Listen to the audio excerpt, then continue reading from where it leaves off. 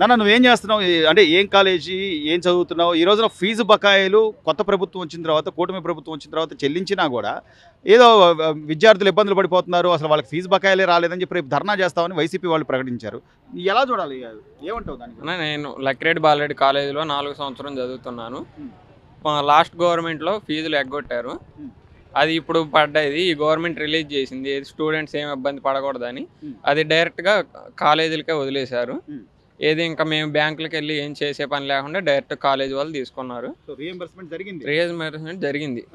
అయినా కూడా ఇంకా ఏదో బురద జల్లుదాం అంటే ఈరోజు విద్యార్థులు రేపు ఎగ్జామ్స్ రాసేటప్పుడు లేకపోతే సెమిస్టర్స్ ఉన్నప్పుడు వాళ్ళు మానసికంగా టెన్షన్ పడకుండా లేదా మీరు ఇబ్బందులు పడుతున్నారని తల్లిదండ్రులు ఇంట్లో ఇబ్బందులు పడకుండా ప్రభుత్వం ఇంత ఆలోచిస్తున్నా కూడా, కూటమి ప్రభుత్వం వచ్చిన తర్వాత ఇంత ఆలోచిస్తున్నా కూడా ఇంకా ఏదో బురద జల్లుదాం అంటే ప్రజలు నమ్ముతారా తమ్ముడు? నమ్మకూడదు.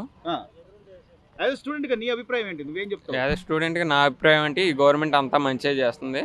లోకేష్ గారి యువ నాయకత్వం చాలా బాగుంది. వీళ్ళు చేసే మంచి పనులన్నీ బాగానే చేస్తున్నారు. లాస్ట్ గవర్నమెంట్ కంటే కంపేర్ చేస్తే ఇది చాలా బాగుంది. ఎడ్యుకేషన్ మినిస్టర్ గా లోకేష్ గారు ఎలా స్పందిస్తున్నారంటో ఏదైనా స్టూడెంట్ సమస్య ఉంటే అన్ని బాగా పరిష్కరిస్తున్నారు. సో మీకు ఫీజు రింబర్స్మెంట్ అయితే జరిగింది. నేరుగా కాలేజీకే వచ్చినాయి. మా అకౌంట్లు కానీ కాలేజ్ అకౌంట్కే వచ్చినాయి. మరి రేపు మేము ధర్నా చేస్తాం, విద్యార్థుల పక్షాన్ని మేము ఉందామని వైసీపీ ఈ రోజు గొంతు చించుకుంటున్నారు. ఎందుకు అంటే అంత బురద చల్లాల్సిన అవసరం ఉందంటావా? వాళ్ళు గతంలో ఎగ్గొట్టింది కాక వాళ్ళు ఎగ్గొట్టారు, ఇది వాస్తవం. వీళ్ళు చేస్తున్నా కానీ మంచి పనులు బురద చల్లుతున్నారు, ఇది వాస్తవం.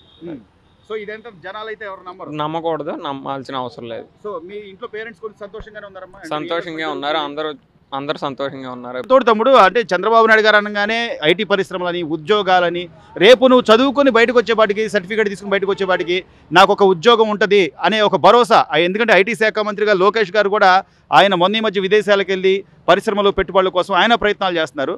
నీకు ఆ భరోసా ఉందా? నమ్మకం ఉందా? నాకు ఉంది, నమ్మకం ఉంది.